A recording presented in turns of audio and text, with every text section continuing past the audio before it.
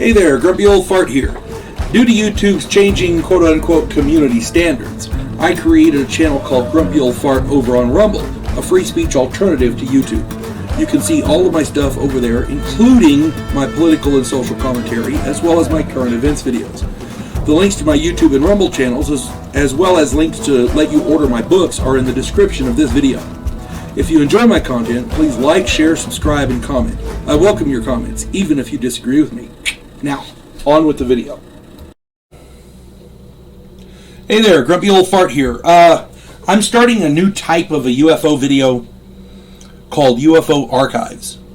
And I think my wife's going to do a playlist for this, but for now it's probably just going to be any other UFO stuff. This one deals with articles and memos and things like that that surface later that we didn't know about. This is stuff that was reported but wasn't widely, distributed maybe? I don't know. Here we go. UFO Archives. The first one, the Kilgallen article. For those of you who don't know, there was a reporter named Dorothy Kilgallen back in the day. She was prevalent in the 50s and 60s. This woman, maybe even earlier, this woman epitomized the word journalist. She was renowned and literally above reproach. I would put her in the same category as a Lara Logan of today. If Dorothy Kilgallen put something in print, published information, you could bank on that information being true, factual, sourced, and beyond dispute. She did not put anything in print that was not absolute, solid, irrefutable fact.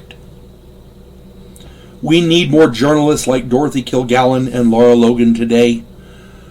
If I was running a news agency and I had to find two journalists, investigative journalists, to bring me news articles to report on, I would pick these two, Dorothy Kilgallen and Lara Logan.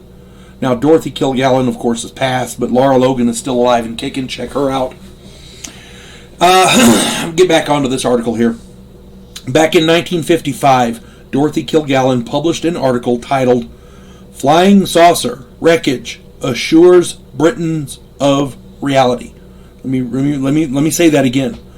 Flying saucer wreckage assures Britons of reality. This article was sourced by a British official of cabinet rank. Cabinet rank. In the article, Kilgallen reported that, quote, British scientists and airmen, after examining the wreckage of one mysterious flying ship, are convinced that these strange aerial objects are not optical illusions, but are actually flying saucers which originate on another planet. That was in the article. That quote was in the article. Her British cabinet source also quoted in the article, was also quoted in the article. Let me start over. Her British cabinet source was also quoted in the article as saying, quote, "We believe, on the basis of our inquiries thus far, that the saucers were staffed by small men, probably under 4 feet tall. It's frightening, but there is no denying the flying saucers come from another planet." Okay. The official quoted scientist as saying that a flying ship of this type could not possibly have been constructed on Earth. Keep in mind, this is 1955. Okay, that's like 8 years after Roswell. This article sent shockwaves through the international intelligence community. Many varied sources publicly gave information which supported her claims in the article, though few of them mentioned her article when they did so. What I mean by that is people in the know went public with information that supported this, but they didn't actually. I don't know if they meant for it to, or if they supported her article, but they didn't mean to. You see what I'm saying? It's hard to explain.